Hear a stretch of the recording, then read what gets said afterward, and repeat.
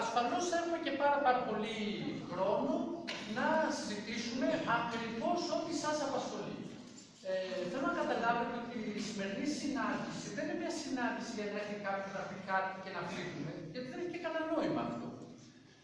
Περισσότερο είναι μια συνάντηση να ανταλλάξουμε κάποιες απόψεις, αφενός από την πλευρά των γονέων, αφετέρου από την πλευρά όσων ασχολούνται με τα παιδιά σας, κάτω από την παιδαγωγική και ψυχολογία, και μέσα από αυτήν όλη την υπόθεση να δούμε πώς μπορούμε να πάμε από την άλλη εβδομάδα, από άλλη, καλύτερα από την επόμενη χρονιά, αν θέλετε, μια και η χρονιά σιγά σιγά μαζεύει, να πάμε καλύτερα με τα παιδιά μας και να έχουμε περισσότερες επιτυχίες τόσο στο σχολείο όσο και στο σπίτι.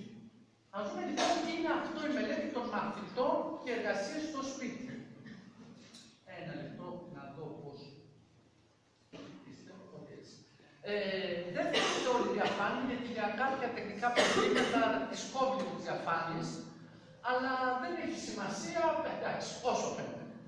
Πρέπει να σας πω ότι αυτό που λέμε μελέτη και εργασίες στο σπίτι δεν είναι τίποτα άλλο αυτό που οι γονείς λένε τα μαθήματα. Και τα μαθήματα σκεφτείτε ότι είναι μια πρακτική συνηθισμένη με την οποία ασχολούνται γονείς και εκπαιδευτικοί. Μάλιστα θα σας έλεγα ότι η εργασία στο σπίτι και η μελέτη στο σπίτι, το διάβασμα δηλαδή των παιδιών, είναι ένα άτυπο, όπως λέμε, κοινωνικό συμβόλαιο που έχουμε κάνει στη χώρα μας, όπου το σχολείο μαζί με τους γονείς έχουν συμφωνήσει ότι οι γονείς θα πρέπει να εμπλέκονται σε αυτές τις εργασίες και θα πρέπει οι γονείς να εμπλέκονται στο διάβασμα. Και όλο αυτό είναι μία, θα λέγαμε, συμφωνία που κι εσείς αν θυμόσαστε από τα δικά σας χρόνια, οι γονείς σας λέγανε αν είχατε διαβάσει στο σπίτι και σήμερα το λέτε και εσείς στα παιδιά σας και να ξέρετε ότι αύριο τα παιδιά σας θα το λένε στα παιδιά τους. Φαίνεται λοιπόν να είναι μια φυσιολογική σε εισαγωγικά και μια αναμενόμενη κατάσταση που παίρνει σχεδόν μια υποχρεωτικότητα. Δηλαδή ότι θα πρέπει να υπάρχει και διάβασμα στο σπίτι. Όμως, ενώ φαίνεται να είναι μια πραγματικότητα, τι βλέπουμε τα μεσημέρια. Τα μεσημέρια βλέπουμε τσακωμούς στα σπίτια, ανάμεσα σε γονείς και σε παιδιά, σε αγχωμένα παιδιά να τρελαίνονται με το τι έχουν να διαβάζουν την επόμενη μέρα και σε αγχωμένους γονείς που να σκέφτονται πότε θα προλάβουν και τι έβαλε ο κύριος και τι έβαλε η κυρία και πόσα χρήματα τους έβαλε και πότε θα πάμε και για το μπασκετάκι και πότε θα πάμε και στην ποροδία και τώρα πέσαμε όλα μαζί και έχουμε και το τεστ στα αγγλικά, εννοώ για τις ξένες γλώσσες, και γίνεται μια κατάσταση η οποία ενώ θα έπρεπε να είναι μια κατάσταση δημιουργίας και μια κατάσταση που θα έρθουν τα πράγματα πιο μπροστά, όλο αυτό το άγχος να μην βοηθά στους πραγματικούς στόχους της μελέτης και των εργασιών στο σπίτι.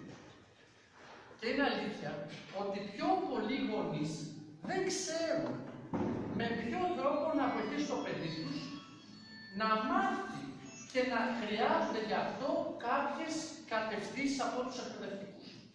Γι' αυτό τον λόγο, σε όλα τα εκπαιδευτικά συστήματα, σε όλες τις χώρες αν θέλετε, τόσο διάφοροι θεωρητικοί, όσο εκπαιδευτικοί και γονείς, θέτουν σήμερα ερωτήματα για το αν είναι χρήσιμο το διάβασμα στο σπίτι. Δηλαδή, χρειάζονται τα παιδιά να διαβάζουν στο σπίτι, πρέπει τα παιδιά να κάνουν εργασία στο σπίτι ή όχι. Αυτό είναι ένα ζήτημα το οποίο απασχολεί, σκεφτείτε, όλες τις χώρες και όλα τα παιδαγωγικά συστήματα σήμερα. Εάν ψάξετε λοιπόν το τι συμβαίνει στις διάφορες χώρες και το τι λένε οι ειδικοί, σε εισαγωγικά πάντα η λέξη ειδικοί, σκεφτείτε ότι υπάρχουν δύο μεγάλες απόψεις. Υπάρχει μία η πρώτη άποψη που τι λέει. Η πρώτη άποψη λέει ότι πρέπει να έχουμε μελέτη στο σπίτι και πρέπει να έχουμε εργασία στο σπίτι. Γιατί? Γιατί μέσα από αυτό το διάβασμα στο σπίτι βοηθούνται οι μαθητές να εμπεδώσουν, να κάνουν δικά τους δηλαδή, όσα έχουν διδαχθεί το πρωί στο σχολείο. Λένε επίσης ότι οι εργασίες στο σπίτι έρχονται να συμπληρώσουν αυτά που ακούστηκαν το πρωί στο σχολείο.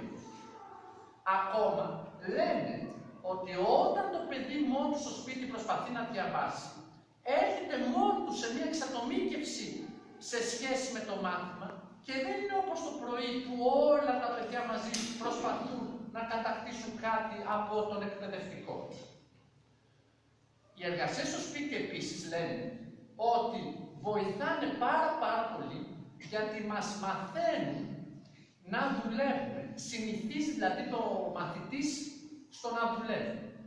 Δεν του αφήνουν επίσης και πολύ ελεύθερο χρόνο, ώστε να κάνει και άσκοπες ενέργειες.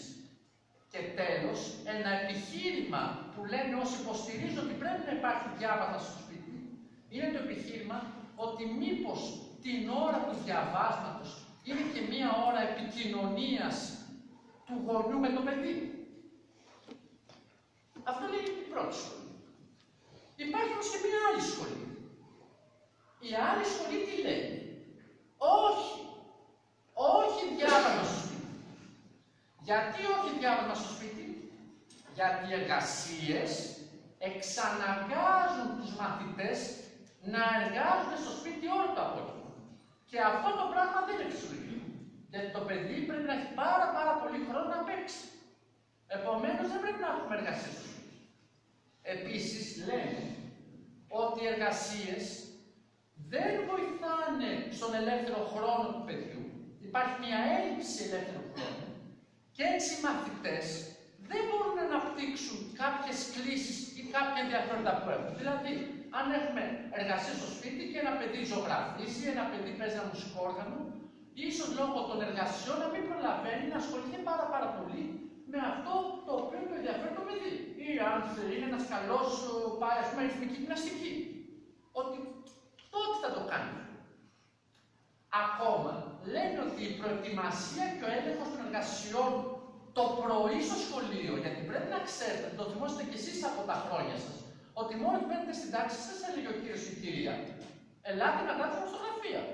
Ή σας έλεγε, ελάτε να δούμε τώρα πώς κάνατε τις ασκήσεις στα μαθηματικά ή πώς κάνουν κάποιες άλλες εργασίες που σας είχαν βάλει εκπαιδευτικοί. Αυτό λοιπόν αφαιρεί χρόνο από τον χρόνο που πρέπει ο δάσκαλος και η δασκάλα να διδάξει κάτι καινούριο.